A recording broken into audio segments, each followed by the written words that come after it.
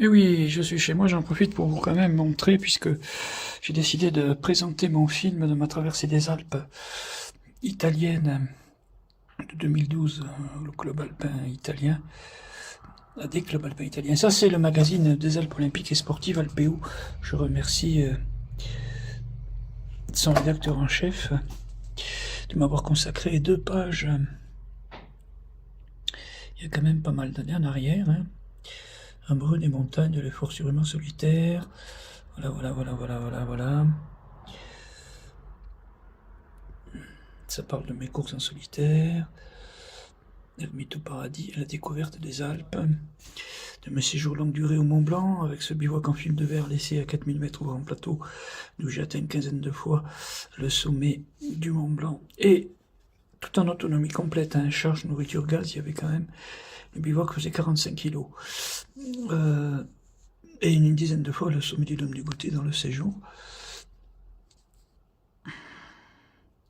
Voilà. Alpeo m'a aussi, dans un autre magazine, consacré 2 pages entières, puisque l'été 2008, j'avais réussi quand même à atteindre 20 sommets de 4000 en solitaire. Voilà. Alpeo, sommet des Alpes, bon ben oui. Dédicace personnelle au magazine Alpeo, avec la banderole aussi Alpeo, que j'avais déployée, figurez-vous aussi, en haut du Mont Blanc, à l'occasion de souhaiter à Annecy d'être ville olympique. On continue côté magazine. Seigneur Santé Sport Magazine. Merci aussi, puisque j'ai eu droit à 3 pages entières. Hein. Allez, on va les voir, elles sont là. Et voilà, elles sont là. L'aventurier solitaire. Voilà.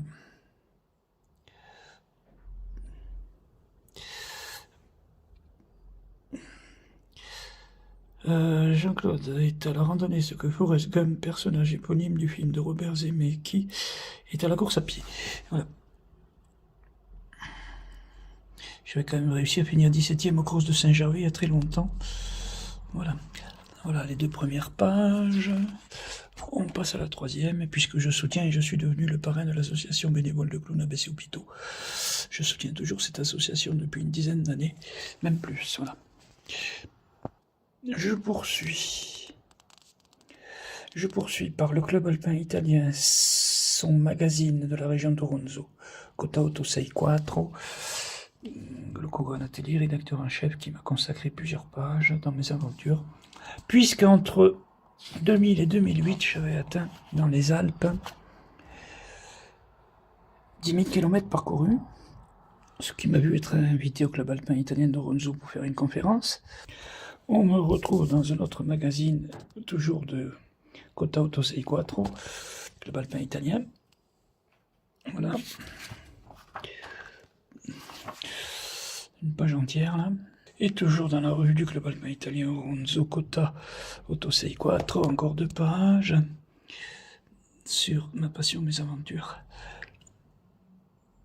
J'ai été aussi invité par le club alpin italien de Gorizia, frontalier avec la Slovénie, donc j'ai réussi le Triglav, qui était l'aboutissement d'une de mes traversées des Alpes en 2011, après celle de 2010, entre Nice et Venise en 73 jours. En 2011, j'ai récidivé et j'étais parvenu au Triglav. Voilà, ça, je crois que c'est la revue où j'avais mes 2 premières pages dans Cota Otto Sei Quattro. On retrouve la suite de mes articles dans la revue du club alpin italien Cota Otto Sei Quattro. Suite à cette période, donc entre 2000 et 2007, pensant être parvenu à plus de 10 000 km dans les Alpes en toute saison, randonnée, en ski, en alpinisme, à pied, en solitaire. Voilà. Voilà l'affiche quand j'ai été invité au club alpin italien d'Oronzo dans les Dolomites. J'en étais à 6 000 km. Et voici la fiche de l'invitation pour le club alpin italien de Gorizia, frontalier avec la Slovénie, où j'ai passé un très bon moment. J'en étais à 7000 km. Article du Valais Airboat en Suisse. Le messager du Valais, ça c'était les 1000 premiers kilomètres. que je parcourais dans les Alpes. Un autre article d'une demi-page dans le Valais Herbot aussi, à propos de ces distances, 6000 km. Et oui, j'avais même aperçu un loup dans le Tessin, en solitaire, en moyenne montagne, Tessin suisse. Je partage mes aventures au mieux, suivant les circonstances, des fois grâce au hasard. Là, j'étais dans une maison familiale rurale où je faisais un diaporama à 2 classes de terminale. Voilà, Alpéo parlait aussi de ma traversée des Alpes à pied entre Nice. Ça, c'est l'été 2010. Et j'avais atteint Venise au bord de l'Adriatique en 73 jours, en solitaire. En dormant dehors toutes les nuits, sac trop lourd avec la tente, donc tout à la belle étoile. Il faisait très beau l'été 2010.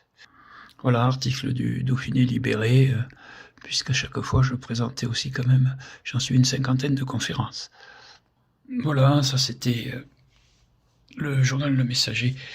Là, j'avais prévu de passer 3 mois au haut du Mont Blanc. Alors, de toute façon, ce qui s'est passé, c'est qu'il faut quand même dire les choses vécues.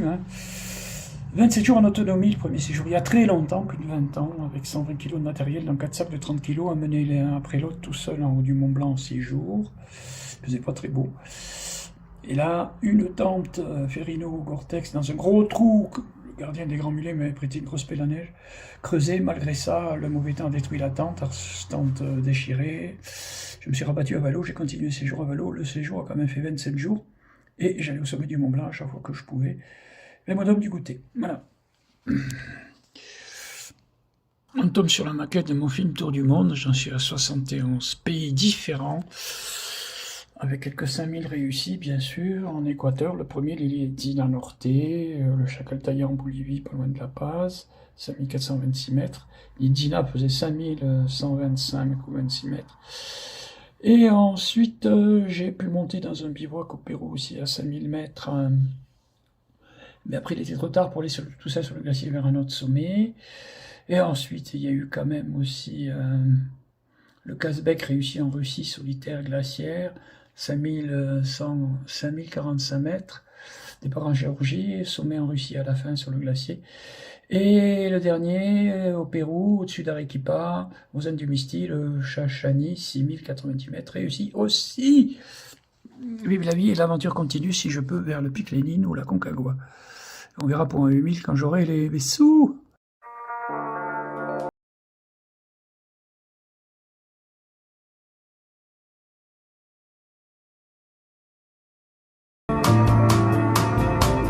Voilà, direction le village de Gorbio, par un chemin numéro 6.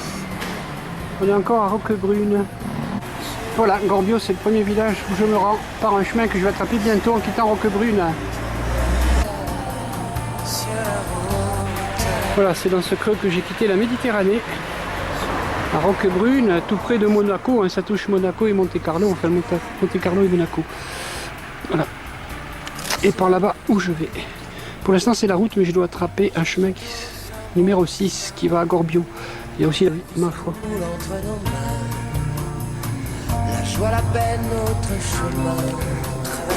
On voit bien mon chemin qui m'amène à Sainte-Agnès.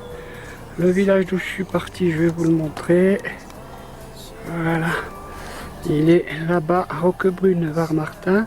Parce que juste après c'est Monte-Carlo, Monaco. Et ce gros village, je le répète, c'est Menton. Bien sûr, c'est la Méditerranée aussi qu'on voit.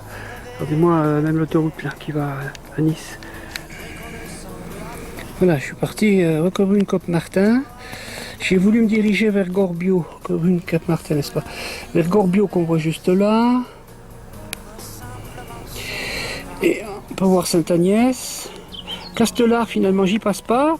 Je suis sur le GR51 entre Sainte-Agnès et la vallée du Careil que je vais rattraper, qui me mènera par la route à Sospel. Mais Sospel, franchement, ça sera plutôt demain. Sospel, n'est-ce pas? Ah, un petit point traversé, une super aire à, je vais dire, pour même camper avec un petit coin pour faire un feu de bois. Et ça continue. En face en haut, là, c'est le village du Castellar où je ne vais pas. Et je descends dans cette vallée, la vallée du Carré, pour ensuite, à pied, pour Sospel, mais ça, Sospel, ça sera demain. Voilà, 17 km, mais ça sera pour demain pour la Sospel.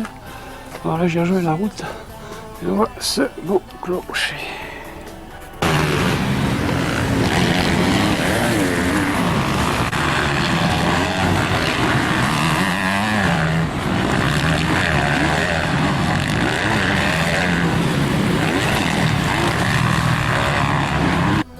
Voilà, 15 km par la route de Sospel et pas très loin de la route. Voilà l'endroit de mon bivouac pour ce soir du 31 mars 2012. Bivouac du J1,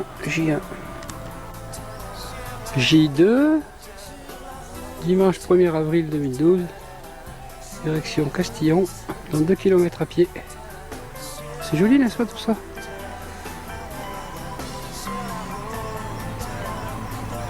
Voilà, mon arrivée à Castillon. Et puis ce sera Sospel.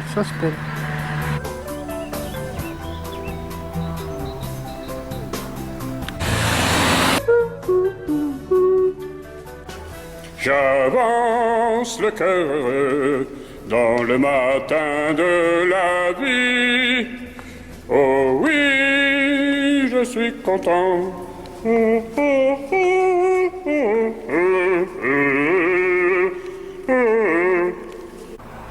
Ben voilà, hein, ce 1er avril 2012, le beau temps est là. Je marche vers Sospel tranquillement. C'est la route encore, voilà, il y a une truc kilométrique là. Très reconnaissable. Voilà, cette rivière, m'a dit le monsieur, c'est la Bévéra. Elle se jette dans la Roya et ensuite tout ça se finit à Ventimille, ben, où j'ai bivouaqué. Voilà, mais je vais prendre un chemin pour aller au col Saint-Jean qui me fera arriver au col de Brosse. Et dans le passé, je m'en rappelle très bien, je suis parti d'ici de Sospel à pied. Oui, pour le Moulinet et le col de Turini. Je m'étais perdu, mais je m'étais retrouvé. Mais ça avait été assez long, mais très joli. Voilà, le GR510 qui m'amène au col Saint-Jean. C'est parti mon coco. Simplement dire que c'est un itinéraire de la Via Alpina. Voilà, au revoir, c'est Sospel que je quitte par mon GR là. GR510, n'est-ce pas? Vers le col Saint-Jean, puis col de Brosse, et ensuite Notre-Dame de Boncoeur, un nom comme ça. Ben voilà, je suis au col Saint-Jean, 642 mètres. Je continue vers le col de Brosse. Voilà, toujours sur ce GR 510, je crois, qui me mène entre le col Saint-Jean et le col de Brosse. Et vous le croirez si vous voulez, mais comme il y a pas loin de 30 degrés, je pense, au soleil, Jean-Claude, il a mis quoi? Le maillot de bain! Ouais, il faut bien bronzer un peu que les longs bains. Voilà, premier groupe de randonneurs dignes de ce nom que je croise, au col de Brosse. Voilà, où je suis. Ben voilà, l'autre versant du col de Brosse, descendant sur Notre-Dame de Boncoeur. Voilà, super joli petit village là-bas.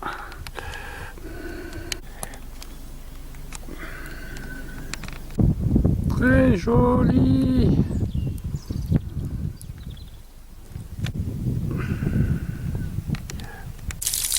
Voilà, bon ben ici c'est le top. Première lessive, première toilette, des pieds, etc. Voilà. Ah dis donc. Oh les 30 degrés doivent être là.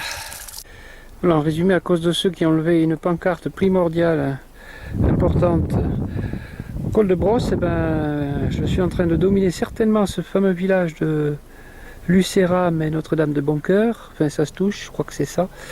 Seulement je suis sur le chemin qui descend ici, d'après les renseignements pris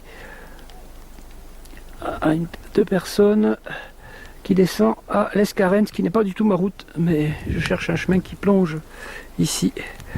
Voilà. Ce soir bivouac ici au bord d'un petit ruisseau, au village de l'Escarène. Voilà.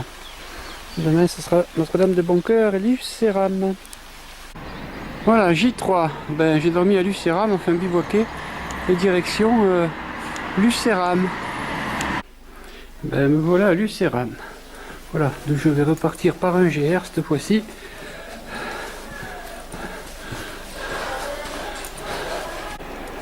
Au revoir, village de Lucéram, j'ai trouvé mon GR. Allez, au revoir Lucéram, j'ai trouvé ma première pancarte d'aujourd'hui qui me confirme que je suis bien sur le GR 510 en direction du col Saint-Roch. Le chemin va suivre la route à gauche. Je vais passer à côté de la chapelle de Boncoeur. Notre-Dame de Boncoeur.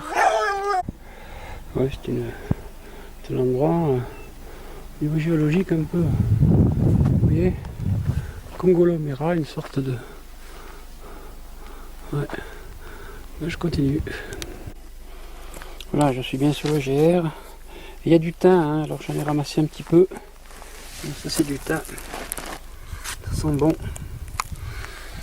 Le GR suit parallèle à cette route qui mène au col Saint-Roch. Au col Saint-Roch, oui. Et voilà, premier col d'aujourd'hui, de cette troisième journée, J3, depuis la Méditerranée, col Saint-Roch. Très content, très content. Bon alors maintenant, je dois aller sur aujourd'hui, col de la Porte. Voilà le col Saint-Roch que je viens de passer là-bas. Je me dirige vers celui de la Porte. J'y suis, col de la Porte, 1057 mètres. Voilà, à quoi ça ressemble. Pas mal. Voilà, ben c'est maintenant ma plongée vers Roquebillière le Vieux et Lantosque. Ça, c'est le paysage qui m'amène doucement en descendant à Lantosque. Bon, ça continue de descendre, mais pour rejoindre la départementale qui va tout en bas là-bas va à Lantosque, il y a encore voilà, quelques kilomètres. Voilà. Mais oui, c'est encore de la route que je fais. À 620 mètres. Départementale, elle est à 6 km 300. Et je suis même pas encore au village de Lantosque non plus. Franchement, les lieux où je me situe sont sauvages. Hein. Regardez cette Vésubie. Et ça, dessus de la Vésubie, ça me plaît. Et voilà la Vésubie normale, juste avant de s'engouffrer dans la gorge sous Lantosque. Je vais boire un café et je me suis déjà trouvé le placement de bivouac. Alors voilà un café pour aujourd'hui, le clocher du village et mon chemin de demain, la Bolène Vésubie. Voilà, ben Léo le Lysosome est arrivé à Lantosque, au bord de la Vésubie et de ses gorges. Sancto Laurentio pro nobis. Allez, au revoir la Bolène Vésubie, direction Roquebillière par un GR. Ça continue. Enfin, ça repart sur les chemins. Ah, c'est joli et sauvage. Je suis sur un GR, hein. 52. On peut voir rouge et blanc après le pont, là. Magnifique petite gorge, naturellement sauvage aussi. Oula, très sauvage. Là.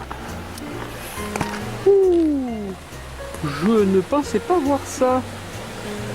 Et là, il y a de quoi. Très joli. Salut la Bolène. La Bolène Vésubie. Voilà la Bolène Vésubie, GR52A et je suis sur la GTA, la Via Alpina, Flot Belvédère.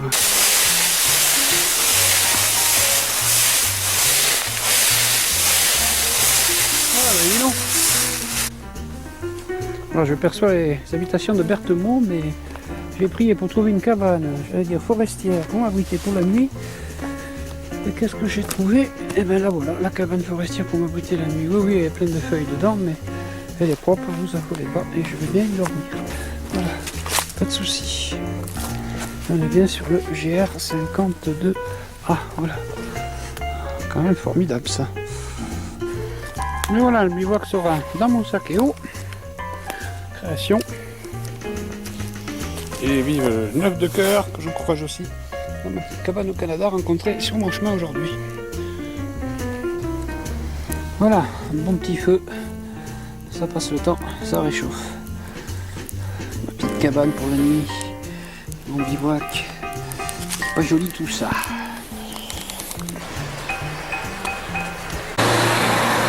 Voilà, je pense que c'est mon chemin. Il y a marqué Via Alpina, quittant Saint-Martin de Vésubie. Eh bien, comme j'ai l'habitude de le dire, au revoir Saint-Martin-Vésubie. Direction Col Saint-Martin.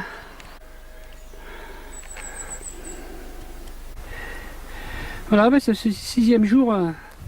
Merci à mes 13 hectares que j'ai choisi cet été pour essayer de rallier la Méditerranée à l'Adriatique cet été. Enfin, cette année, on va dire, c'est vrai qu'on est encore, c'est que le printemps 2012. On peut considérer que l'occasion d'une 4e traversée des Alpes, solitaire pour l'instant.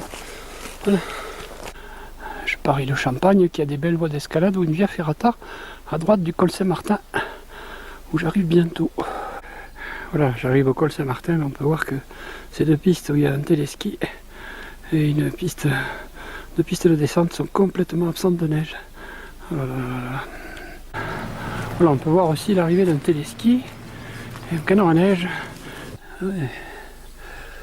Regardez-moi ça, des sacrées grimpettes. Voilà cette église.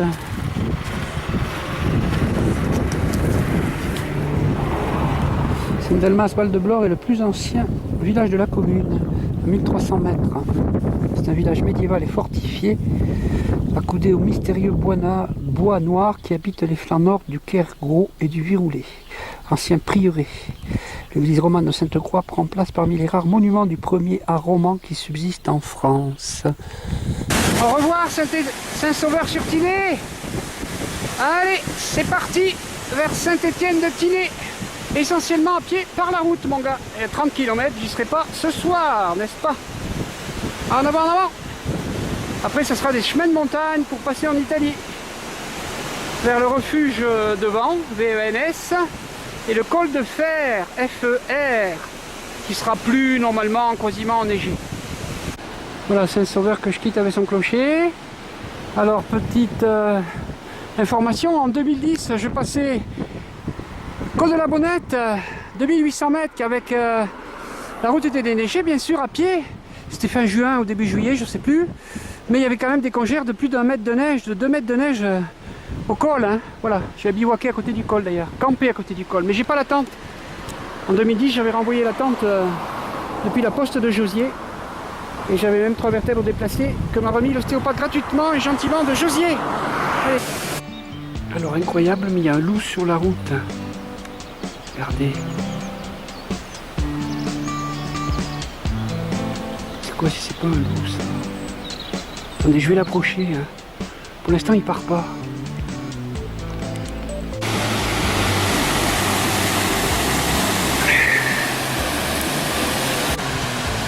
Voilà l'endroit de ma poste casse-croûte en montant vers Isola 2000 et vers ce col de la Lombarde, le pont du Chastelar. Ben voilà, après des heures et des heures d'effort, plus de 4 heures de marche, j'arrive, on peut voir les premiers bâtiments d'Isola 2000 là-bas, n'est-ce pas? C'est sympa tout ça, c'est même formidable, n'est-ce pas? Voilà, code spécial, je vais regarder les pancartes là, là il y a un bâtiment effectivement, alors... Col de la Lombarde, 2350 mètres. Voilà. Alors tenez-vous bien. Il n'y a pas de pétard. On a retrouvé les clés. À qui, de quoi, je n'en sais rien. En tout cas, elles sont là. Les clés, je ne sais pas qui sont ces clés. Voilà.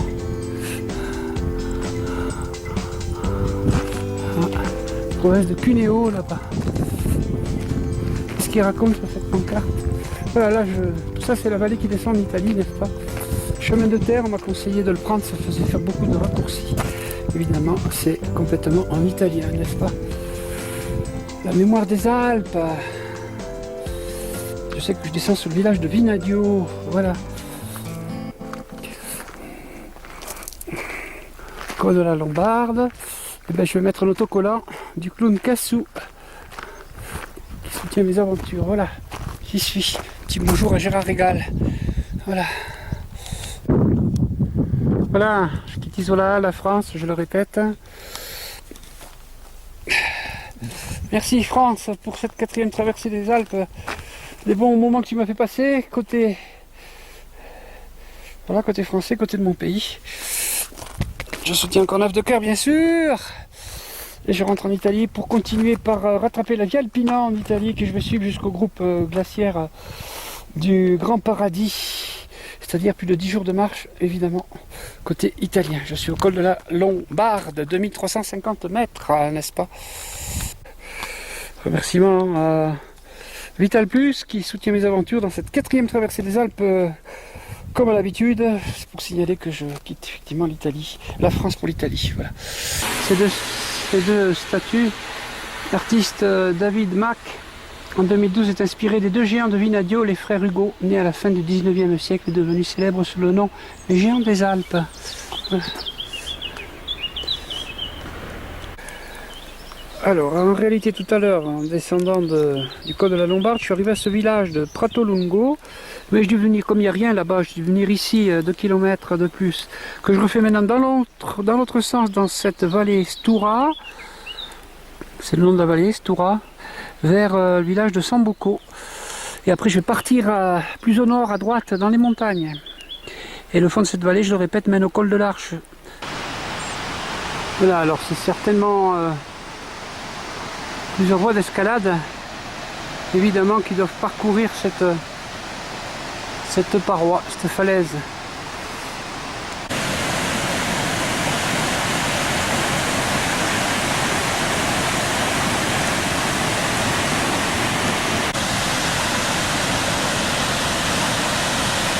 Magnifique gorge.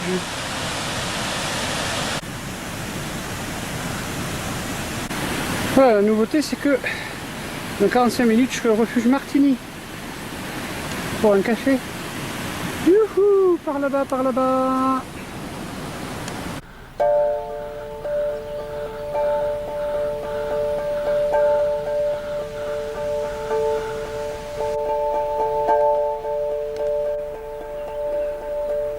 Il va y avoir de belles escalades là-dedans. Voilà, ben ce J30 se déroule bien, enfin le soleil est là pour m'accueillir, heureusement. J'ai les pieds mouillés, les chaussettes mouillées, mais c'est comme ça. J'ai atteint le refuge Franco Martini, qui s'appelle aussi Grangia Bastiera, à 2067 mètres d'altitude, paysage magnifique. On est sur la GTA, voilà, sauf qu'il est fermé. Il est plus ou moins, c'est pas un refuge qui est gardé, hein. J'ai pas la clé. On est dans le vallon de la Madone, et je continue mes aventures. Un petit bonjour et soutien de Jean-Claude Mettefeu à l'Arbre Vert. L'Arbre Vert, ce sont des produits tout à fait super parce qu'ils sont écologiques. Ils sont tous écologiques. Alors vous avez là, en l'occurrence c'est une douche, hein, mais vous avez toute une série de produits écologiques comme ça, n'est-ce pas? Voilà.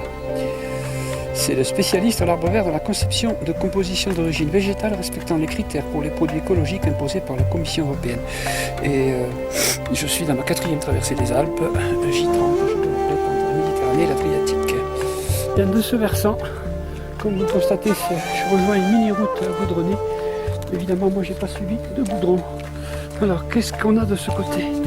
Allez vite, on va aller voir de quoi ça ressemble. C'est pas mal, effectivement. Voilà. Là on a un bout de la neige quand même, hein. Voilà. Voilà tout ce qu'on voit. Ok. Alors, oui, je prends cette grande route là, enfin ce chemin, c'est goudronné là, mais après c'est plus goudronné, enfin bon, ou à moitié, je sais pas. Et je vais là-bas, vous voyez pas, mais il y a, ça s'appelle... Enfin, je crois que ça s'appelle Bandia, je sais pas quoi. Et je plonge de l'autre versant, voilà. En passant d'autres cols et d'autres refuges. Dont un avec éco-agriculture, je sais pas quoi. Je viens du col qui est là-bas. Valcaveda, je sais déjà plus. Et j'admire l'immensité de la nature, de ce que je vis aujourd'hui, des Alpes du Sud. Bien sûr, je suis quand même encore en dessous du Mont Viso. Madone della Bandia. Voilà. Et c'est bon à savoir, ça peut servir. Il y a un hôtel, mais ça peut servir pour prier, n'est-ce pas? Voilà. Je n'invente rien. Voilà. Vive la vie. Bon, voyons voir après. Là, je me dirige vers le Colle Margarina, 2400 mètres. Et à gauche, tout ça, ça retombe avec des grands alpages grandioses dans la vallée où j'ai quitté Sambuco. Et cette vallée à droite mène au col de l'Arche, je le répète. Margarina de 2420 mètres, n'est-ce pas? Voilà. Je suis sur le tour de la Rocchia Lameja. C'est une variante de la GTA, ce que je suis en train de faire. Et la Rocchia Lameja, ce magnifique rocher, c'est tout ça. Bon, où je vais maintenant encore un col qui s'appelle Col del Pret, P-R-E-I-T, ce sera le troisième de la journée. Ah, je vais vous le montrer. Vous voyez ce grand chemin qui zigzague là-bas en forme de route. Bon, ben je vais dans le creux. Et dans le creux, ça rattrape... c'est le Col del Pret, voilà, si je dis pas de bêtises. Hein. Tout à l'heure, pour le Col del Pret. Voilà d'où je viens, et voilà ce que je vois en descendant vers ce nouveau col, le troisième de la journée. Voilà. C'est une variante de la GTA, mais ça fait partie de la GTA.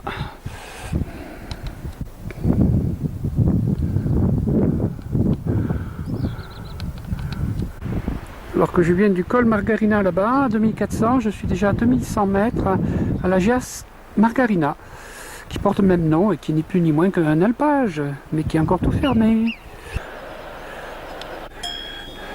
Bonjour ma belle, une admiratrice, t'es jolie. Madonna, qu'elles sont belles. Oh, qu'elles sont belles. Magnifique, très jolie.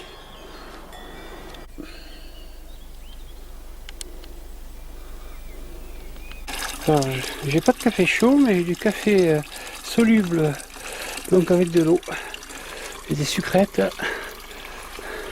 Regardez-moi cette fontaine, tous les objets utiles à la vie pastorale, enfin certains bien sûr. Allez, petit café froid. Voilà, ça c'est mon arrivée au col San Giovanni. Voilà, Colle San Giovanni, et je plonge sur le village de Prazzo. Voilà, magnifique paysage. En rentrant dans la vallée de Mera, et je pense que ça c'est le village d'Aseglio. Quand même un beau paysage. Et voilà le village resplendissant de lumière de Prazzo supérieur, où le chemin que je suis arrive. Me voilà arrivé, région Piemonte. Au moins, elle permet un bivouac digne de ce nom. L'église de Prazzo. J33, enfin un truc comme ça. Quatrième traversée des Alpes. On est le 16 juin 2012. Mer de nuages que j'ai quitté. Refuge Mezzalama à 3000 mètres que j'ai quitté. J'ai pris pied sur le grand glacier de Vera, sur lequel je suis déjà en solitaire. Crampons aux pieds, bien sûr. Dans la Catena dei Bretorn, sous la Catena dei Bretorn. Voilà les crampons. N'est-ce pas? Merci les gants Level. Un petit bonjour à Léo le lysosome qui m'accompagne joyeusement sur ce glacier, n'est-ce pas? Que je vais remonter tout seul. Alors je laisse tomber le refuge Guide Valdayas qui est là-haut. J'aurais dû passer par cette grande pente pour y accéder, puis repartir sur le glacier par là. Non, je passe où on passe en ski de randonnée. J'allais dire presque plus facilement. C'est moins raide et ça rejoint de toute façon le même itinéraire en direction du bivouac Rossi Volante. Rien de spécial. Je suis en pleine forme, je suis très content d'être là et vive la vie. La beauté parle d'elle-même. Voilà. Je vais grossir sur le massif et sur le grand paradis. Plus de 4000 mètres. Les refuges Guide Valdayas, n'est-ce pas?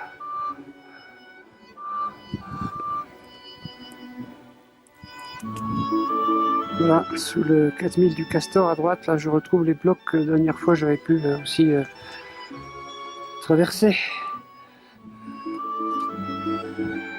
C'est absolument superbe.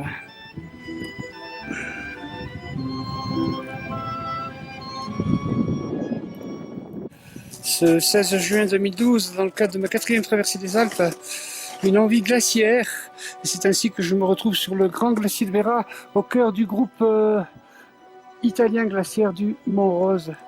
Voilà. Je suis sur la Catena dei Bretorn, mer de nuages. La grande traînée, c'est le Val d'Aoste, le massif en face que je dois traverser aussi bientôt, c'est celui du Grand Paradis. J'étais pas trop loin en dessous du Mont Viso. Voilà. J'ai fait un crochet ici pour me changer les idées, me faire plaisir. Je voudrais vous dire de regarder la valeur et la qualité des produits de l'Arbre Vert. Alors c'est toute une gamme de produits qui peuvent être très intéressants parce que justement l'Arbre Vert est le spécialiste dans la conception de composition d'origine végétale respectant les critères pour les produits écologiques imposés par la Commission européenne. La pause, je me fais le petit café, tout ce Val d'Ayas qui se raccorde au Val d'Aos, 35 km plus bas. Voilà, c'est la pause café. Là. Tout ça aussi pour dire que Jean-Claude est très content des pastilles Physiomag. Ce sont des aimants, or et terres rares pour douleur et magnétothérapie. Il faut les essayer. C'est une chose que j'utilise pour toutes mes articulations en général. Voilà. On est le 16 juin dans le groupe glaciaire du Mont-Rose, versant italien. Voilà. Alors celui-ci, il y a le Val Stura. Ça c'est le Val Mera, M-A-I-R-A, que je quitte. Voilà, premier col atteint, collé sans nickel, 1935 mètres. Je me dirige vers la Baita Chiosso. Je suis sur la GTA et sur la Via Alpina. Voilà. Alors là c'est définitivement ce Val Mera que je quitte. Et je me dirige vers le Colle Bicocca, plus loin, 2285 mètres, là-bas, sur la crête. Derrière, je rentrerai dans le Val Barretta. Et ce vallone, c'est le vallone Elva, ELVA, qui se raccorde au Val Mera. Très content, il fait soleil. Belle journée. Prochain objectif que je dois contourner à pied. 3000 évidemment, 3800 mètres je crois. Il y a beaucoup de gens. Voilà, je suis un petit village et je vais continuer vers le village suivant. Et petit à petit vers le col de Bicocca.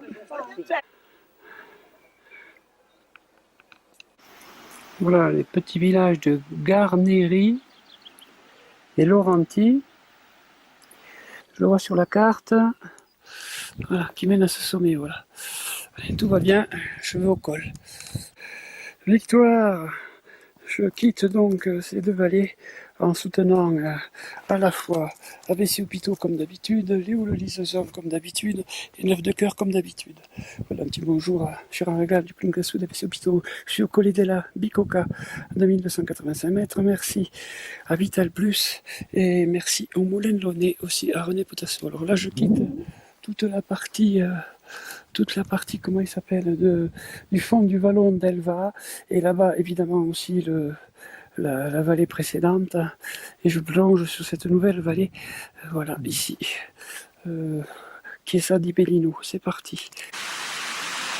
Les 3 coups viennent de sonner au clocher de Chiesa, ce petit village.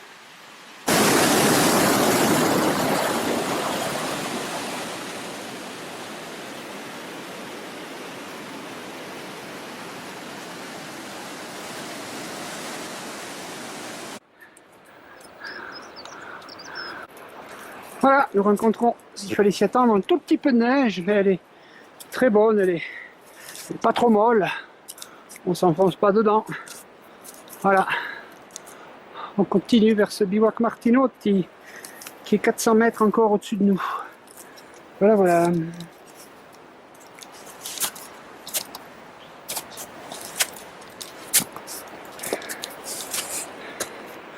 Voilà.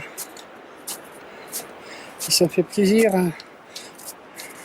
de faire un petit DVD que j'offrirai de cette belle journée aujourd'hui dans le massif du Grand Paradis, que j'offrirai à mon copain Guy et son fils Samuel. Nous sommes très contents, pourquoi? Parce que 1h15 nous sépare du bivouac Martinotti. Guy et Samuel Poulain au bivouac Martinotti et Jean-Claude. Alors, vue sur le bivouac au Borghi, voisin de celui-ci, 100 mètres plus haut d'après la carte. Oui, et rouge. Pour pas le louper, voilà, on le voit. Alors voilà, ce glacier de la Tribulation, malheureusement. Okay. Le Grand Paradis, c'est celui-là, le gros de la Tribulation, avec le Grand Paradis qui est derrière, au fond de ce glacier, Ah bon? dont on ouais, verrait d'ici la face nord, hein, si je dis pas de bêtises. J36 de cette 4e traversée des Alpes, le massif du Grand Paradis, en compagnie de mon ami Guy Poulain et son fils. Nous avons atteint le bivouac Martinotti. Voilà, oui, c'est fabuleux, mais c'est dingue. Bonjour nos amis, bonjour. Oh là là! Oh là là! Bonjour nos amis! Ils sont à 10 mètres de nous! Bonjour nos amis!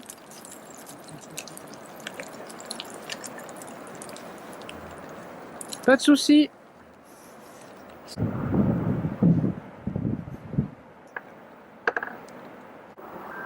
Et voilà!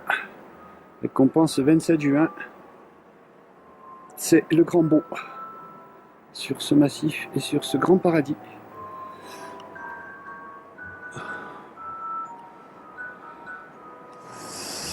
Et sur sa face nord, là, ici,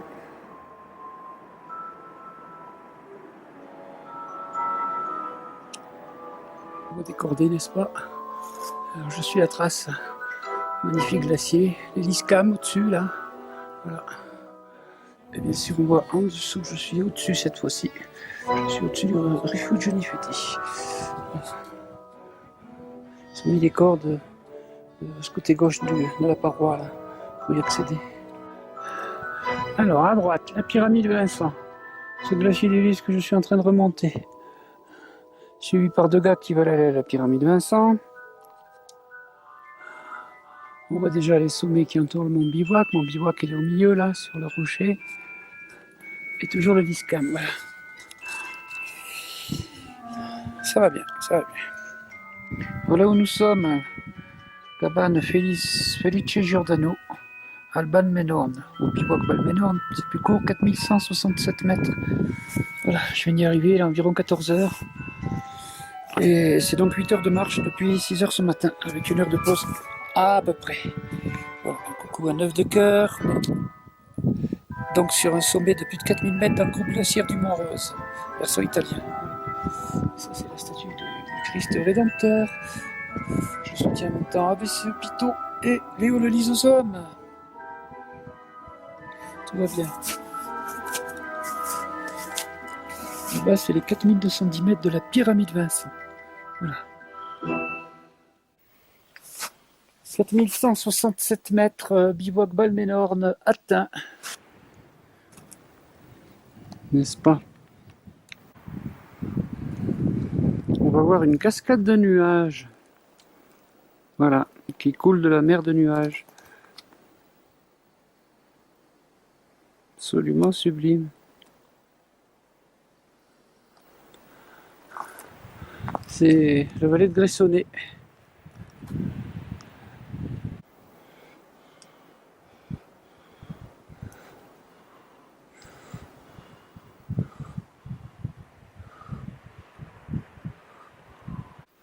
Deux marmottes. Allez, jouez un peu là.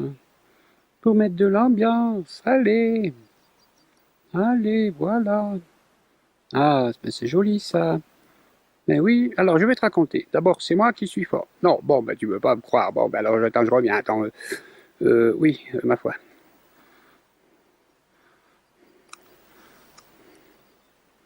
Elles sont belles. Voilà. 3. Ah, c'est encore mieux. Alors, moi aussi, je vais te raconter, tu vas voir ça. Et puis attention, hein. Si vous n'êtes pas contente, je vais vous mettre d'accord. Voilà. Et paf, et vas-y tout tort. 3. Comme elles doivent bien m'aimer, elles me remontent ce qu'elles savent faire. Bien alors, elles ont bien raison. Et alors, traverse de Cogne, petit village où je suis parti ce matin. Après, vers Aoste. Voilà. Je suis déjà dans mon lit. Vive la vie. À demain tout le monde. 1er juillet.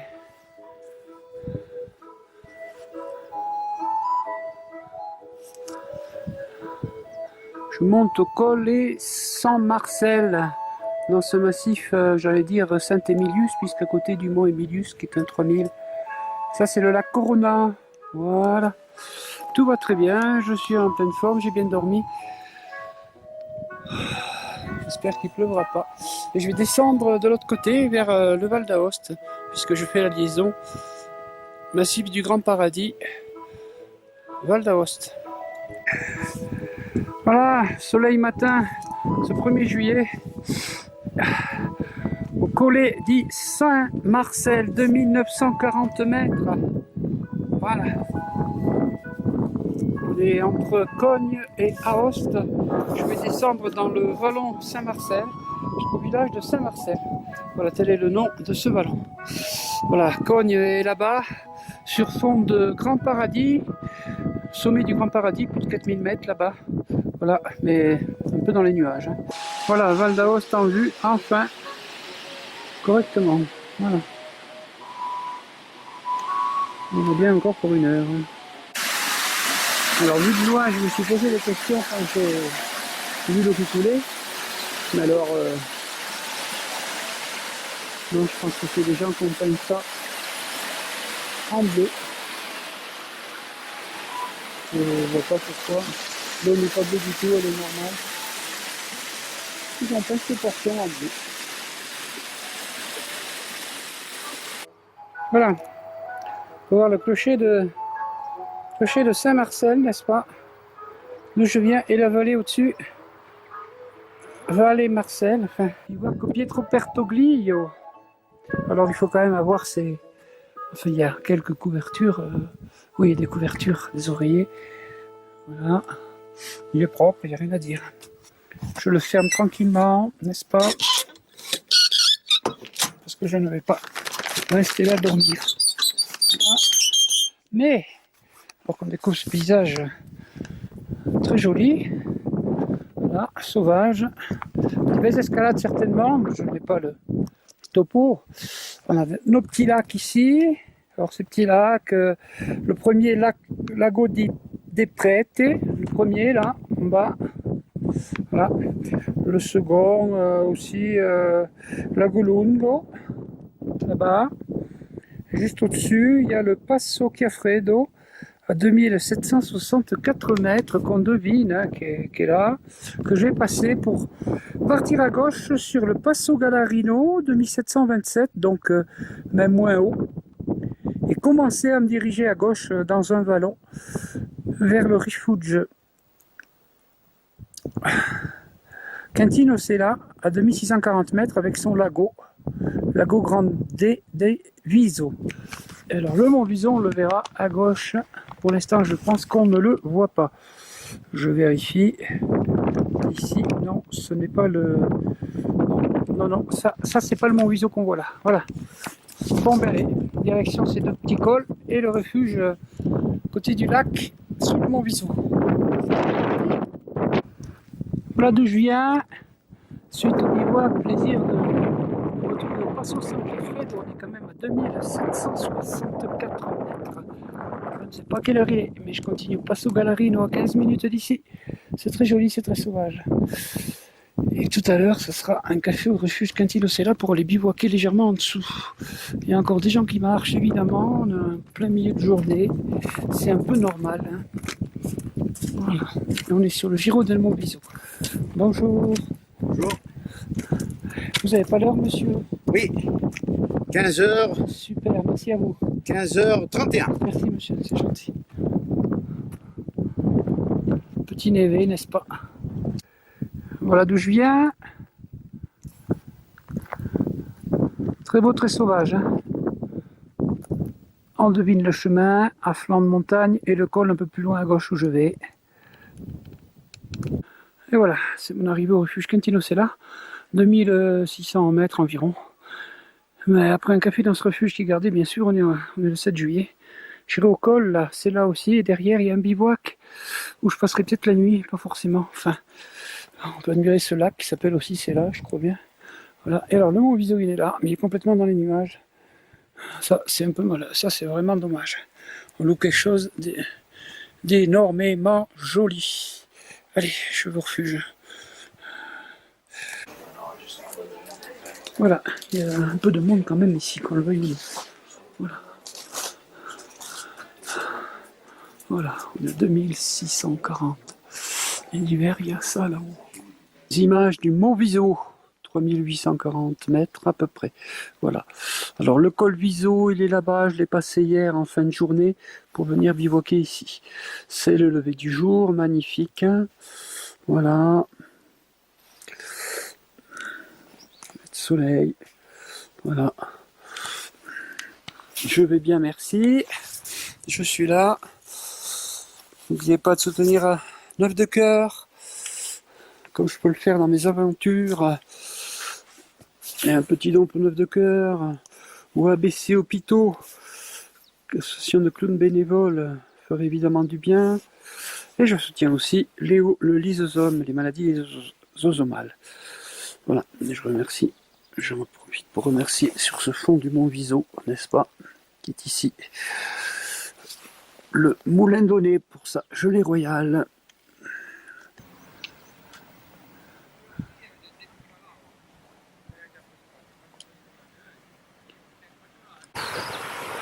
Absolument magnifique, il apparaît ici encore bien visible, alors que j'arrive bientôt près le lac Florenza, le dernier qu'on a pu voir, c'est son nom, Florenza.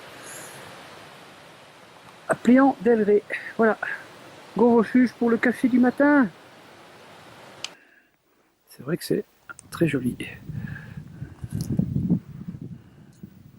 Vers un refuge là. Alors je suis exactement ici.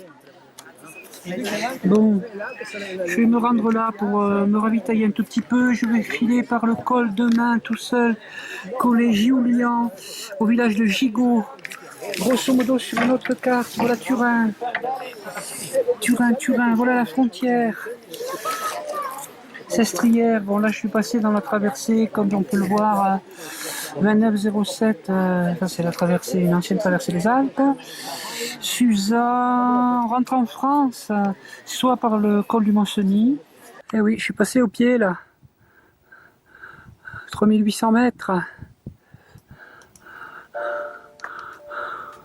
Voilà. Je remercie ces gens qui m'ont donné un peu d'eau parce que j'en ai pas encore trouvé, le Mont Viso est caché, maintenant on voit des nuages. Et je suis au Coletta Fort. Voilà, c'est un petit col, mais on est bien sur la Via Alpina GTA. Et je vais bien au Colle Giuliani, comme on peut le voir. Voilà.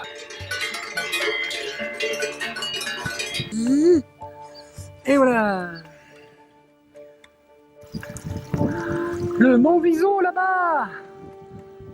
Au fond, au-dessus. Et mon chemin vers le Colle Giuliani. Voilà. Et là, ce col. Ça doit être juste ça ou ça, enfin un des deux, vous inquiétez pas, je pense que c'est plutôt celui du fond. Mon Viso est derrière moi, victoire, col Giulian, 2451 mètres. Je ne suis pas peu fier, ce sont des heures et des heures d'effort, puisque le village de Bobbio Pellice est à plus de 4 heures en bas et 1700 mètres en dessous. Alors encouragez tous ceux que vous voyez en même temps, ABC Hôpitaux. Alors voilà, nous sommes aujourd'hui le 23. Hein. Lundi 23. Lundi 23 juillet 2012. J47 pour moi. Après avoir dormi au bivouac Valménorne, ici, sur le ressort rocheux, on est sous la catena des Bretornes. Nous revenons à Bruy-Servignat en traversant à nouveau le grand glacier de Vera. Ça va toi? Aujourd'hui ça va. Le 4e jour, je suis acclimaté. J'ai plus mal aux jambes et plus mal à la tête. Bravo, c'est bien. Voilà, on a pu voir la majestueuse pyramide du Cervin, bien sûr, comme d'habitude. Là-bas, on a le Mont Blanc, et là-bas, c'est la dent des Races. Voilà. Allez, on y va, tranquille, peinard, merci. Au grand level et au bonnet. Voilà, nous quittons le Breton de Passe, 3800 mètres, avec ce magnifique Cervin et cette dent blanche à droite. Pour direction Bruy-Servignat, on a le Mont Blanc. Mont Blanc, je vais grossir. C'est le Mont Blanc. Les Gressonnet d'où on vient, Col de l'Aisne d'où on est passé, Yves qui est là. Et là, on voit bien la suite de tout ce qu'on va faire, y compris le premier grand bâtiment où on va bivouaquer tranquille. Sous la Punta Giordano, plus de 4000, sous la pyramide Vincent, sa voisine. Et là-bas, c'est un bout d'Eliscam. Et demain, on passera à côté de la cabane Nifetti pour atteindre le bivouac Balménorne en remontant le glacier du Lys. Voilà, c'est ici qu'on a creusé un peu la neige pour être sûr d'être à l'abri. Bien qu'il y ait, comme vous le voyez, Spartiate. c'est là qu'on va dormir. Abri C'est spartiate. l'heure du repas, ça cuit, n'est-ce pas? Demain, tout le monde! J47, cette 4e traversée des Alpes, monter à la cabane Nifetti. Mais en réalité, au bivouac Balménorne, on a déjà traversé le glacier d'Indren, on voit les traces. Évidemment, il y a du brouillard, mais il ne prévoit pas du mauvais, il prévoit du beau. Et Yves dans la partie des cordes fixes qui me rejoint. C'est bien Yves. Voilà. Ce qui nous attend, c'est ce que vous pouvez voir au-dessus de moi, n'est-ce pas? Allez, tout bon. Ça va? Ça va très bien. Voilà, les 3600 mètres atteints du refuge Nifetti. Voilà, ça s'éclaircit, dirait-on. Et mon ami Yves qui arrive, ça rime. Ah, c'est bien. Tout va bien. Je vois ici la veste Caris. 24 juillet. Non, non, nos gardiens. Non. Col de l'Aisne. Et ici, il y a 4167 mètres bivouac. 4167 mètres Balménorne atteint. Qui s'appelle Felice Giordano. Il y a un peu de gens. On est très bien. Il se repose dans le bivouac. Voilà, J48 de mes aventures. Avec Yves, on a quitté le bivouac Balménorne. On a passé la nuit. N'est-ce pas? On le voit encore. Il n'est même pas 6 h du matin. On est sur le 4000 du Schwarzhorn. Et on est à un col entre le Schwarzhorn et la pyramide Vincent. Je vous dirai le nom plus tard. Voilà la pyramide Vincent qu'on va gravir. 4210 mètres. Voilà. Ça va à peu près? Oui, ça va. Bon, c'est déjà pas mal. Maintenant, ça va. Il a l'air d'aller bien. Bon, les directions, le sommet de ce 4000. J47, cette 4e traversée des Alpes, pyramide Vincent, 4210 mètres. On est au sommet. Voilà, il est là.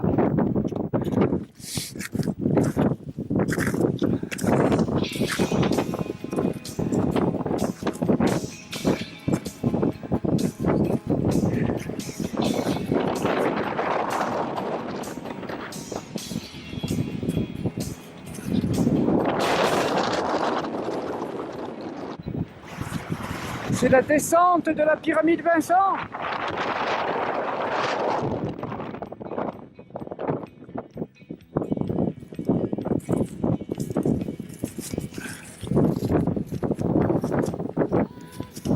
Merci Level, Grand et Bonnet. Bonjour Punkassou, mes amis. Oui, alors on est bien, cette pyramide Vincent, on est le 25 juillet, pas le 24. Et on est en train de descendre le glacier du Lys et on arrive à la cabane, à hauteur de la cabane Nifetti à 3600 mètres d'altitude. Ma foi, c'est le nom. Interdit au bus quand même. Et je quitte le Val Chizone par cette Strada della Sieta à pied pour le Colle di Finestre. 17 km pour aller déjà au col, je verrai après. Et après, ça me descendra sur le Val Susa. Voilà, alors pour ces portions de route, comme on peut le voir, interdites au bus, mais ouverte à la circulation, j'ai choisi. Et je vais vers du Val Chizone, au Val Susa, puis au Val Pio, au Val Divio, puis au Val Grande sous le Grand Paradis. J'ai choisi ces chaussures McKinley. Voilà, n'est-ce pas? Allez, couragez les hauts, le lysosome, ils en ont besoin. ABC Hôpitaux aussi et 9 de cœur. Il y en a que 17 à faire. Là, il tombe des gouttes, il y a du soleil. Et évidemment, c'est des VTT. Ils vont plus vite que moi pour monter et pour descendre. Voilà, pour information, on est dans le parc naturel Orsiera à Rocchiavre. Et là, je viens d'apercevoir un fort.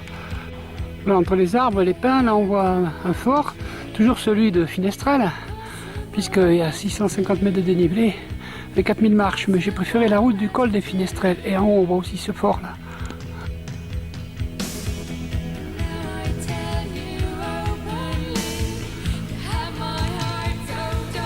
Voilà, partie du village de Finestrelle où j'ai bivouaqué 1154 mètres. J'ai choisi la route alors que je pouvais par d'effort, comme je le disais, monter. Mais j'ai préféré la route, alors je suis où Albergo Laboratorio Parcatina, 1630 mètres, Voici et Tequi, je suis ici. Je suis cette route, n'est-ce pas, Colle del Finestre. Tagada, Tagada, je vais voir les forts de très près. Et j'arrive au col à 2178 mètres, d'où je descendrai doucement, doucement, doucement, jusqu'à Val Susa. Là-bas, on a Turin à gauche. Ulx, Bardonecchia, voilà, allez, ça y va. Voilà, je suis à Pracatina sur cette route du col de la Finestre, à 1785 mètres ici. Voilà, la route vers le col de Finestrelle est devenue un chemin. Très bon chemin, comme on peut le voir d'ailleurs, dans cette magnifique forêt de Mélèze. Tout va bien, il doit être à peu près entre midi et 1h là. C'est le col est gagné là. J'y suis. Alors je bascule du Val qui sonne au Val Susa. Présentement ici. Là, je descends Susa. J'ai encore du boulot. Voilà, très très bien avancé puisqu'il me reste plus qu'1h30, allez on va dire 2h pour arriver à Susa. Mais j'en suis déjà à plus de 6 heures de marche. Hein. Enfin 5-6 heures, ouais. Voilà, Susa atteint. 30 km à pied aujourd'hui dans les pattes. Et je suis dans le Val Susa bien sûr. À gauche ça mène à Ux, Bardonecchia, vers le Mont-Cenis et vers le tunnel du Fréjus. Au revoir Susa et le Val Susa que je quitte pour le Val des Vieux où je passerai le col Croce des Fers, col de la Croix de Fer, et je suis sur le sentier des partisans qui mène à Riposa. Je tirerai à droite, rejoindre la Via Alpina. Voilà, dans ces magnifiques feuillages estivaux, puisqu'on est en été, j'ai enfin trouvé mon bon chemin cette fois-ci. Je me coller dès la Croce di Ferro à 3h30 d'ici, en passant au village d'Arcella, qui est à 1h50. C'est parti! Normalement, c'est la GTA. Alors que je monte au col de la Croix de Fer, voici Rocchia Melone, 3538 mètres. Alors c'est une histoire spéciale, c'est un sommet que l'on aperçoit s'il fait suffisamment beau de Turin. Et puis alors c'est un gars qui en a fait l'ascension il y a très longtemps, avant le mois aiguille je crois, et qui était emprisonné, qui a fait le vœu s'il était libéré de laisser une statue de la Vierge au sommet. Voilà, etc. etc. Il y a refuge quasiment au sommet, refuge Santa Maria. Voilà, à force d'heures et d'heures d'efforts, je suis enfin à la cabane sociale à 10 minutes du col Croix de Fer. Aurelio Ravetto, de 1545 mètres. Je vais boire un café et je vais aller au col bien sûr. Et je vais descendre à Malciosa, encore 1h30 de descente où je pourrais bivouaquer. Je suis sur la Via Alpina bien sûr. Les nuages ont envahi la montagne, du moins dans cet endroit. Là, la cabane sociale, un peu envahie par les nuages, où j'ai bu le café, et le col de la Croix de Fer, Croce des Fers, où je me situe, il va être à nouveau envahi par les nuages. Mais c'est tellement beau, écoutez. Oh là là, c'est magnifique. Je suis très fier, très content d'être là. 700 mètres. Voilà, j'y suis. Alors, altitude ici. 2558 mètres et je quitte donc le Val Susa de ce côté pris par les nuages pour rentrer dans ce côté sans nuages, le Val des Vieux, vallée des Vieux. Voilà, et je vais descendre sur le lago di Malciosia tout en bas, n'est-ce pas? Voilà. Bonjour, j'en sais rien, c'est plus loin le Val di là. Voilà.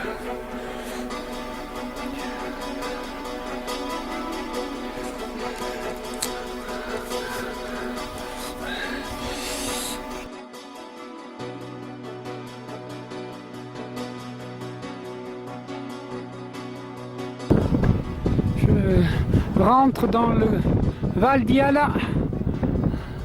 Je vais passer au bivouac Gandolfo légèrement en 3/4 d'heure d'ici. Très content, tout va bien. Dans ce merveilleux écrin de haute montagne, je suis à 2220 mètres au bivouaco Gino Gandolfo. Voilà, je me situe ici et je suis en train de descendre au village, petite ville de Balme. Et un toutou qui me suit, qui est normalement à 3 autres randonneurs derrière moi.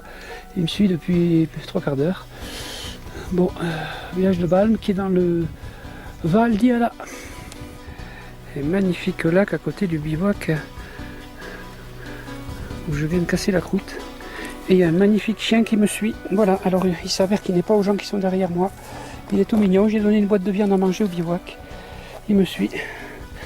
Alors, tout en descendant sur le village de Balme, ce que l'on voit ici, c'est Uja di Ciamarella, avec le glacier di Ciamarella. Et ça, c'est un sommet qui fait 3473 mètres. Voilà, à peu près. Oh là là. Et voilà, c'est dans ce village de Balme, Croisimment, c'est tout près, Balme, c'est même pas 1 kilomètre, que je suis arrivé. Et que ce sont des gens très gentils, j'ai bu 2 cafés. Ils vont s'occuper du chien pour essayer en téléphonant de voir s'il peut, il peut revenir chez lui à Oseglio certainement. Hein, Toby. Moi je l'ai appelé Toby. Mais on est devenus amis Toby parce qu'il me suit depuis le col de là-haut. Hein. On se quitte ici mon ami Toby. Voilà. Hein. Et puis alors sois gentil. Hein. On a passé une bonne journée ensemble. Voilà. Voilà, nous sommes toujours dans le Val di Ala. Au village de Ala di Stura.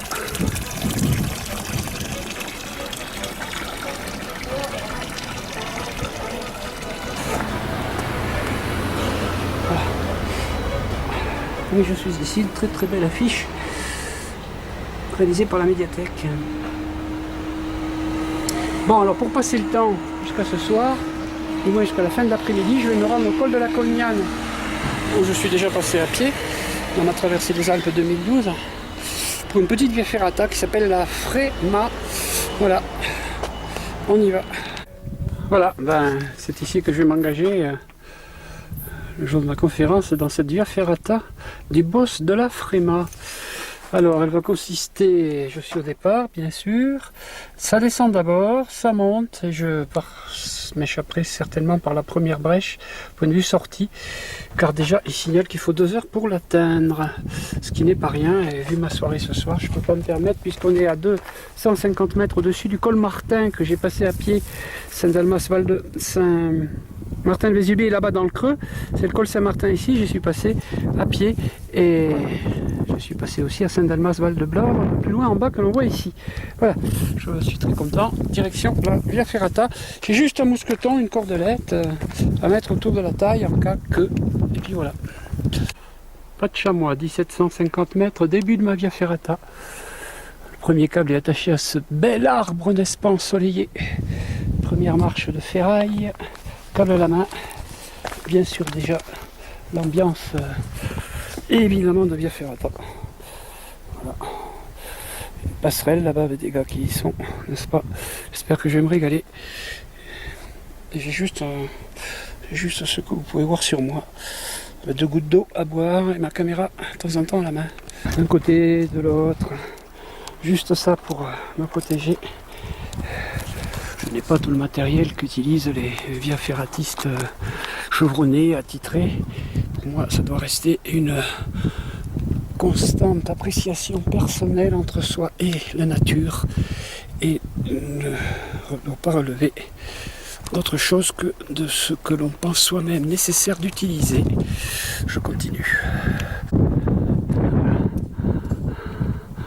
Alors sur mes pieds, je sais pas, 40 mètres de vide environ. Et j'ai utilisé mes tennis McKinley pour cette via ferrata qui me suivent. Il ne s'agit pas de faire n'importe quoi là. Allez, on va filmer quand même la chaussure, vous pouvez voir les sapins en bas. N'est-ce pas? On retrouve la passerelle, Saint-Dalmas-Val-de-Blore. Pas mal de 100, plus de 500 mètres plus bas. La paroi dans laquelle je me situe. et c'est pas fini. Voilà, allez, on va voir ma tête un petit peu, sinon c'est pas marrant. Voilà, et on va regarder entre mes potes. Et on plonge la caméra. N'est-ce pas? Voilà. Ça vous plaît? Merci RCS Distribution, bonjour au Moulin de Launay, merci au Moulin de Launay, un petit bonjour à Rémi, Nabil d'Alpéo, un petit bonjour à René Potasso du Moulin de Launay. De la pause, Saint-Martin-Vésubie qui est plein de monde.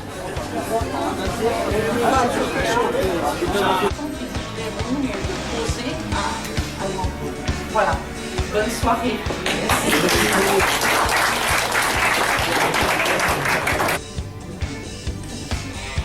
C'est petit une tente. Voilà.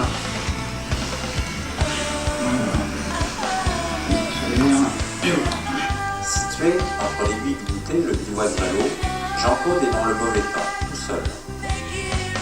À plus de 4 mm, les traces commencent à s'effacer. Il parvient enfin au refuge Valo, où il croise un groupe d'alpinistes étrangers.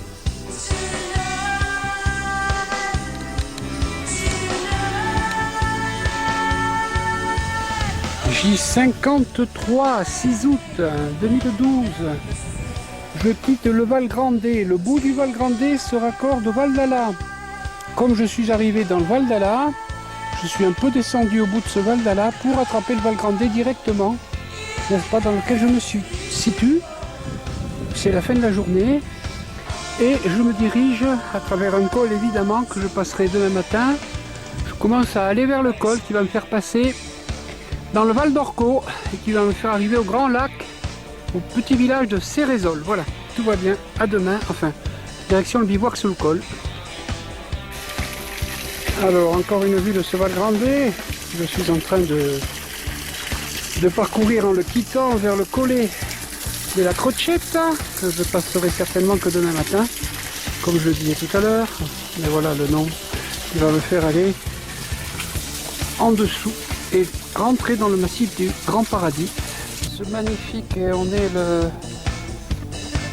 le 7 août 2012, je quitte le Val Grande, dont on voit certains sommets de 3000 mètres avec des petits glaciers là-bas, pour voilà, vous pouvez voir que c'est bien marqué Collet Crocetta sur le caillou et qu'on est sur la GTA. C'est une vue magnifique qui me fait rentrer dans le Val d'Elorco. Et voici son lac de Cérézol. Voilà. Alors en 2010, j'avais quitté la France pour le Grand Paradis en passant le collet Carreau, au-dessus du refuge Carreau à plus de 3000 mètres. Et j'avais ensuite rejoint le refuge Città di Chivasso et j'avais descendu tout le Val Savaranche à pied pour rejoindre le Val d'Aoste. Cette fois-ci, je vais partir à droite de ce lac de Cérézol, au village un peu me ravitailler. Et par des bivouacs, je vais contourner le massif du Grand Paradis. Là, on rentre, tout ça c'est le massif du Grand Paradis déjà, versant sud. Et je vais le contourner par la droite, par deux bivouacs pour rejoindre Cogne, petite station où j'avais déjà, d'où j'étais déjà parti avec un copain Guy Poulain dans un bivouac avec son fils Ali. Et j'avais déjà traversé de Cogne à Val d'Aoste, hein, par le collet Saint-Marcel. Il n'y a pas si longtemps que ça non plus. Donc je serais arrivé à Cogne, j'aurais fait la jonction. Sainte Madone, mon Dieu et bons anges, merci de cette belle journée ensoleillée et de ce col. Collet Crocetta, atteint. Je vais vous remercier quand même mes partenaires fidèles. J'ai atteint le bivouac au Pier Mario Davito. 2360 mètres, n'est-ce pas? Voilà. Et je monte donc maintenant au col à 2800 mètres. Le col du Bardonnay atteint 1883 mètres. Je quitte le fond de cette vallée du Forzo. Et la fin est scabreuse, vous constatez, n'est-ce pas? Voilà. Le tour de Chili, la montagne, les airs.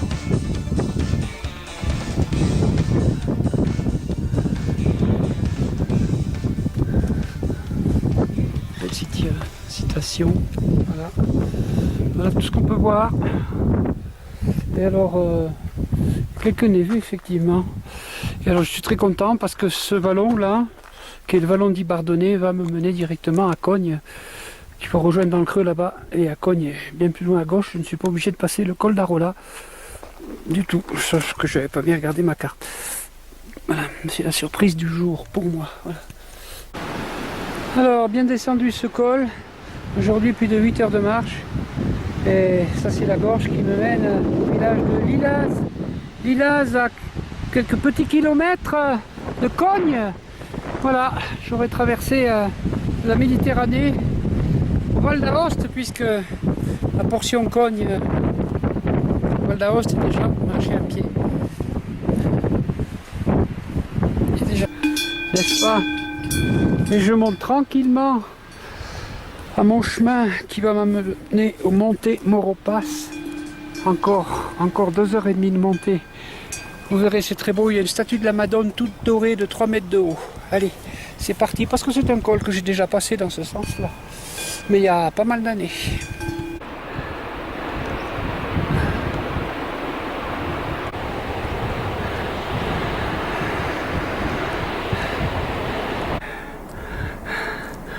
Voilà, cette montée au Monte Mauropas. 3h30 depuis le bout du barrage là-bas à pied. On voit le chemin bien tracé. Et ça monte dans ces roches, dans ces cailloux, dans ces pierres, on va dire, petit à petit. Maintenant, tout le temps jusqu'au col où il y aura une statue de la Madone, si elle y est toujours, qui est toute revêtue d'or, enfin dorée. Voilà. Bon. Je serais content d'être là. Il y a quand même du monde aujourd'hui qui passe ici. Voilà. Alors ça c'est la crête frontière suisse de mon côté, italienne de... Alors, bonjour. Le cassou, mais c'est hôpitaux. Les gars le disent aux hommes. Voilà, je suis en Italie à nouveau, je quitte la Suisse là. En bas dans la purée de pois, c'est le Val d'Anzasca, Macugnaga. Voilà. Ah, c'est bien équipé, ils ont bien fait les choses là. Les Italiens. Faut reconnaître. C'est grandiose. Voilà. Voilà, quel bonheur. Reine de lumière et d'amour, n'est-ce pas? Voilà le col qui s'appelle Monte Mauropas. 1000 mètres, on va dire, de 1900 et quelques. Alors, 14 janvier 1897. Le guide Matthias Urbriggen, né à Sassfé, a été le premier sur la Concagua. C'est pas beau ça?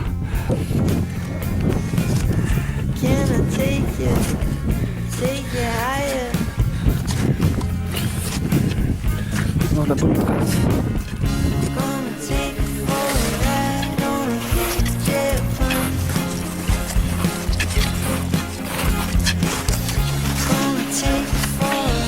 Et ça repart. Très belle journée aujourd'hui. Vous contemplez le Cervin, la Dent Blanche, la Belle Orne, dans des Reims, le Grand Combin.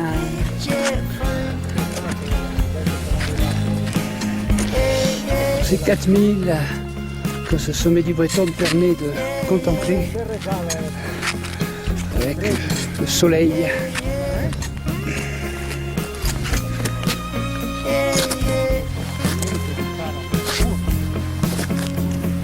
Les bâtons de fumée vont pas mal.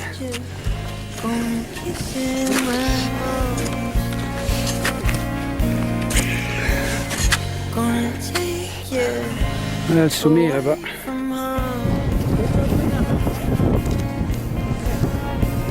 Voilà, sommet du Breton, ouest, 4167 mètres en solitaire, ce 17 août, J63.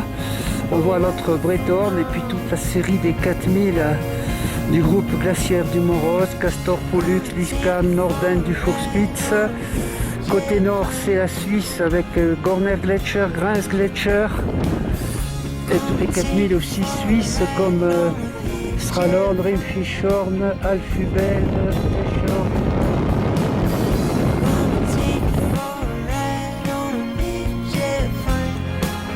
Voilà, 18 août, alors c'est reparti, j'ai quitté mon bivouac, il est 5h30 du matin, le groupe est en bas du glacier, moi aussi, mais je suis déjà sur le glacier avec crampons aux pieds, en train de remonter cette pente en glace. Voilà.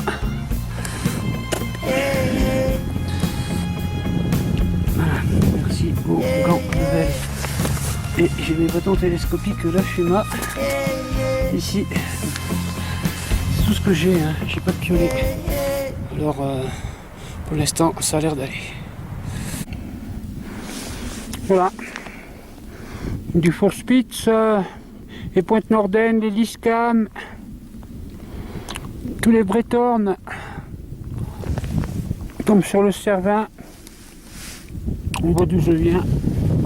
Mais ça, c'est Rimfischhorn là-bas. J'arrive à la Alfubel Rock, au col. Et voilà l'Alfubel et ce qu'on peut voir. On voit même une cordée qui progresse qui suit la crête là-bas. Toujours les Weisshorn, etc.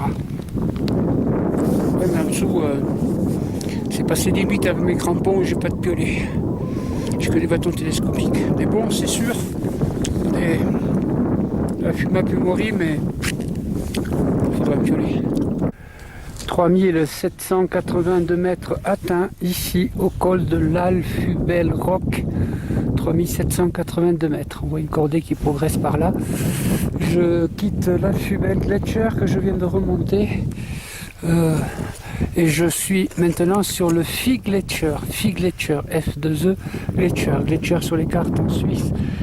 Ça veut dire glacier en Allemagne. En allemand, voilà. Maintenant je vais essayer d'atteindre le sommet de l'Alfubel. Allez, j'y vais, la vie est belle, il fait beau. Voilà, la station là-bas qui brille, c'est à la ligne. Un nom comme ça, enfin bon voilà quoi. Voilà, je suis dans l'ascension de l'Alfubel en solitaire, glaciaire, dans cette chaîne des Michabel, en Suisse. Voilà. Les cordées me suivent. Voilà. Tout va bien pour l'instant. Merci. Gants et bonnet level. C'est qu'au bâton, la Fuma, hein, pas mal. Oui. Voilà, en solitaire dans l'ascension de l'Alfubel. Nouveau 4000 pour moi. Encore un quart d'heure pour le sommet. Très content d'être là. Vive la vie!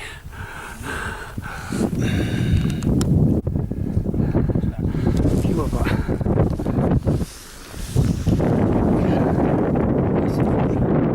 Voilà.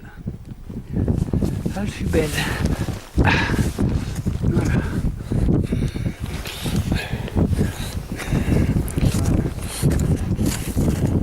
Une vue fantastique, incroyable.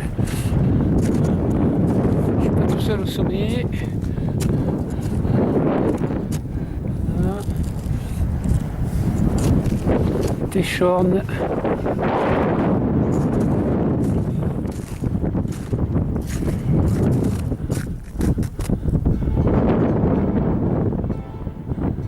Et on voit la cabane, la Teschhut là-bas. On voit Teschalp, les Zermatt évidemment. Bon, ici on est à Colico. Et demain Cendrillon. Coucher de soleil sur le lac de Com. Magnifique.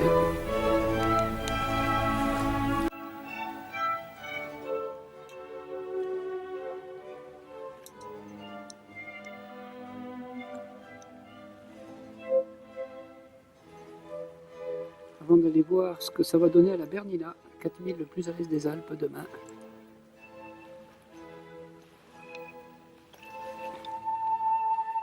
Ou alors, je prendrai la direction de Dolomites de la Brenta pour de la Via Ferrata.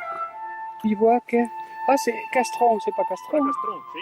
Moi, je vais pas Castron. Sì, sì. Je vais Costanzi. Sì, prima qui, prima dosso gli Scrinzi, Ah, sì. dopo Pracastron Sì. e dopo dal Pracastron c'è lì rifugio Costanzi. Grazie mille, buona giornata. Merci beaucoup. Voilà, bon, mais je suis avancé ici, toujours dans la Brenta, dans les Dolomiti, et direction le bivouac Constanzi. C'est parti pour une belle journée. Et ça, c'est un gars très sympa dont le frère, justement, est mort en montagne à 44 ans. On a parlé là pendant 20 minutes ensemble. Alors, on peut voir que ça monte, hein. Il n'y a pas de souci. Vers le bivouac Constanzi, dans les Dolomites de la Brenta. Magnifique, là-bas on a une petite grotte bien visible, on va aller voir ce que c'est plus près, n'est-ce pas? Et cette couleur rouge du rocher qui se détache là-bas, qui me fait beaucoup plaisir. Allez, on m'a dit qu'il y avait de l'eau à côté du bivouac parce que j'ai croisé un groupe de... Voilà. Toujours le bivouac Constanzi, mais regardez-moi la pente, c'est plutôt raide. Voilà, salut vallée de Dimaro, qui mène au lago Santa Giustina.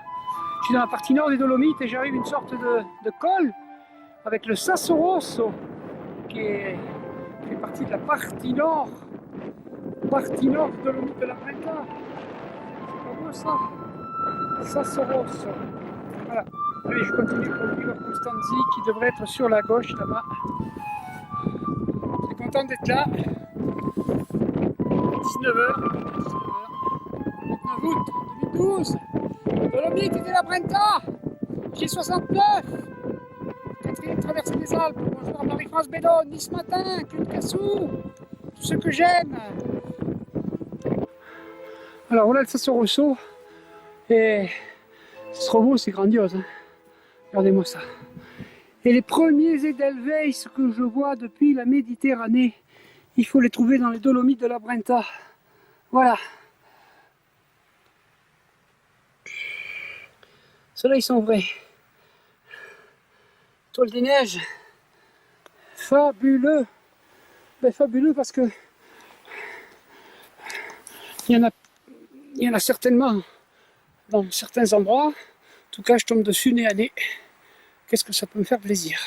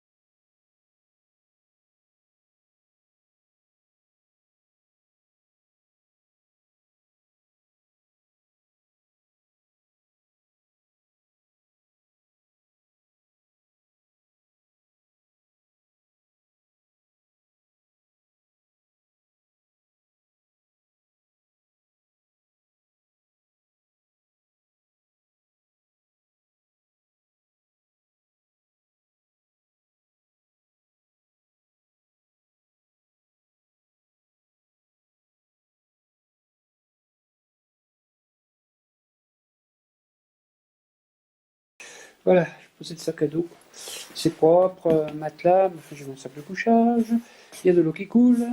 Mélange de pluie-neige en direction du bivouac, côté du lac là-bas. Au-dessus du ressaut là-bas au fond. Eh oui. Bon, allez, ça va. Ah, ça va. Allez! Allez, on y va! Bon, il y a de l'espoir parce que j'avais peur de perdre le chemin à cause de la neige. Lago Cerro d'Oli, 20 minutes, mais je dois vraiment pas traîner. Hein. Regardez à quoi ça ressemble derrière moi. Voilà. Madonna di Campiglio, c'est par là-bas. De toute façon, peut-être que demain, il fera soleil. Allez, c'est parti. Merci Level. Voilà. Je vais au bivouac, qui s'appelle aussi Cerro d'Oli, à gauche, au bord du lac. Voilà mon lac.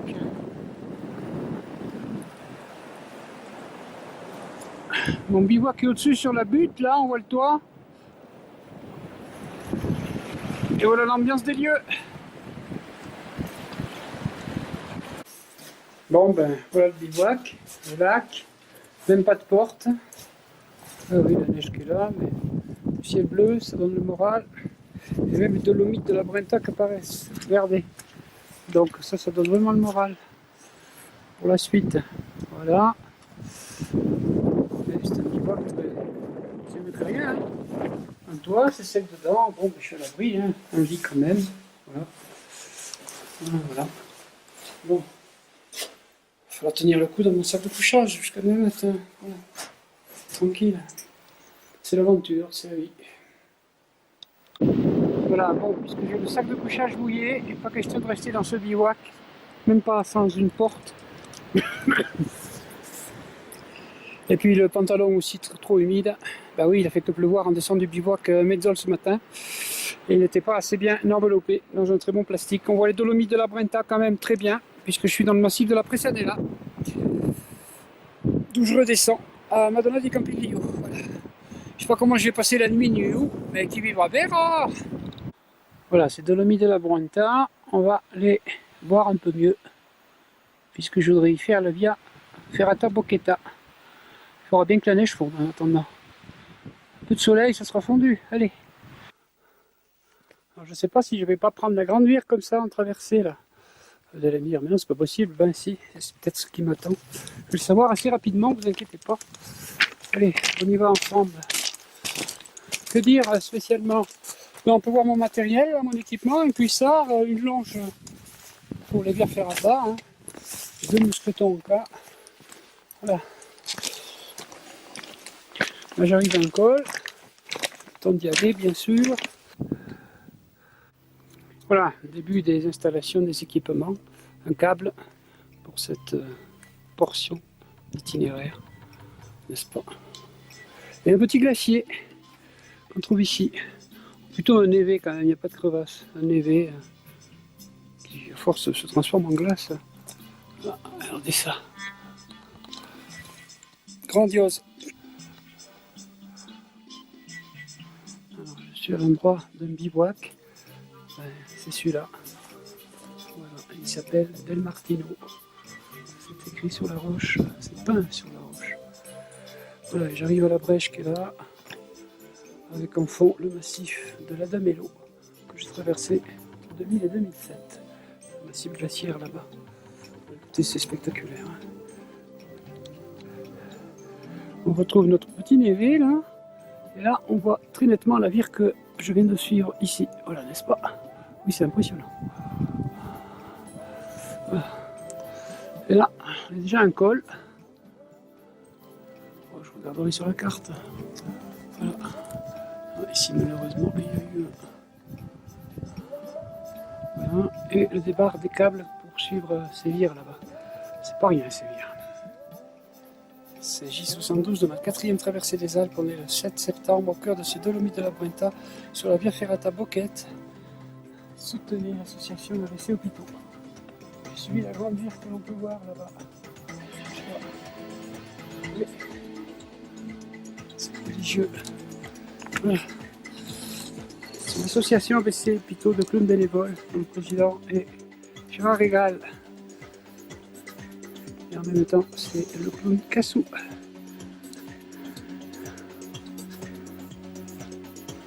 Pas mal. Voilà, on voit la grande vire que j'ai pu suivre là-bas, comme je le disais tout à l'heure. Chose, hein.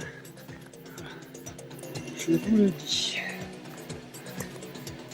Voilà la vire que je suis. Il n'y a pas de câble. Faut faire attention, c'est tout.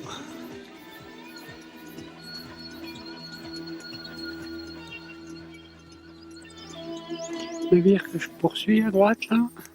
Ce paysage grandiose, fascinant qui m'accompagne sur cette via Boquette. Voilà, on voit très nettement. J'ai aperçu des gens marcher d'ailleurs. La grande vire là-bas. Puis qu'il va laisser boulir avec le sentier qu'il traverse pour arriver à la brèche là-bas. Tout va bien. Tellement content, tellement c'est grandiose. Je ne peux être que content ici. Voilà, le prodigieux continue.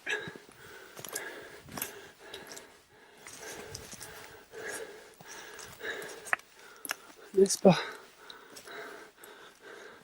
Bonjour tout le monde. Il y a quand même un peu de câble. Car en dessous de moi là, c'est 200 mètres de vide, ni plus ni moins.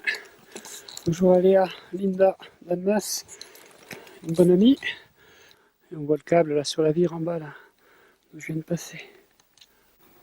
Alors encore. Oh là là, ce que c'est beau. Et ça c'est Vedreta di Valisenella, mais supérieur ou inférieur. Alors, comme il est tellement haut, je pense que c'est le supérieur. Et je ne devrais pas être loin de la Boquetta des Tuquettes pour aller au refuge Tuquette.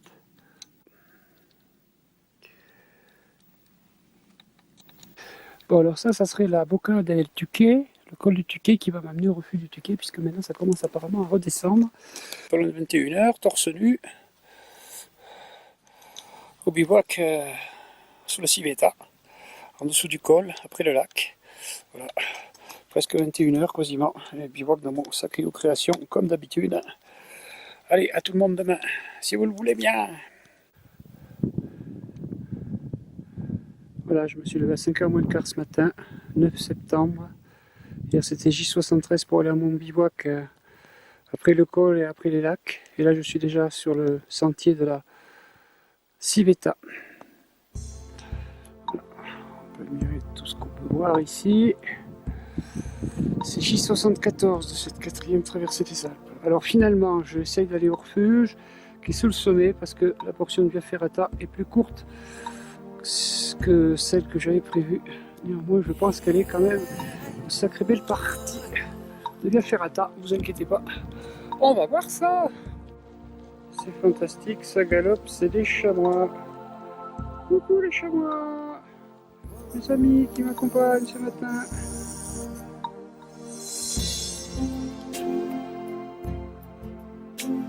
Là, c'est l'enchantement total.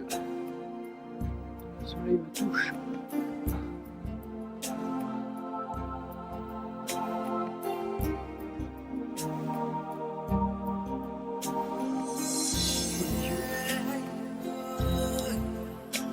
Véritable merveille de la nature.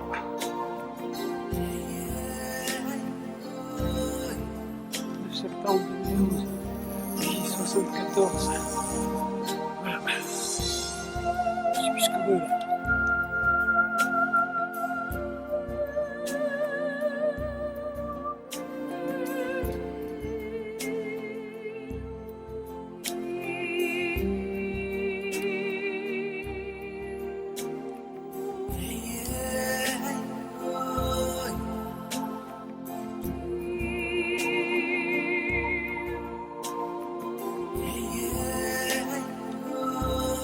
D'horizon complet. Et là, je crois que c'est peut-être les signes de la Varédon. Bon, enfin, voilà où je suis.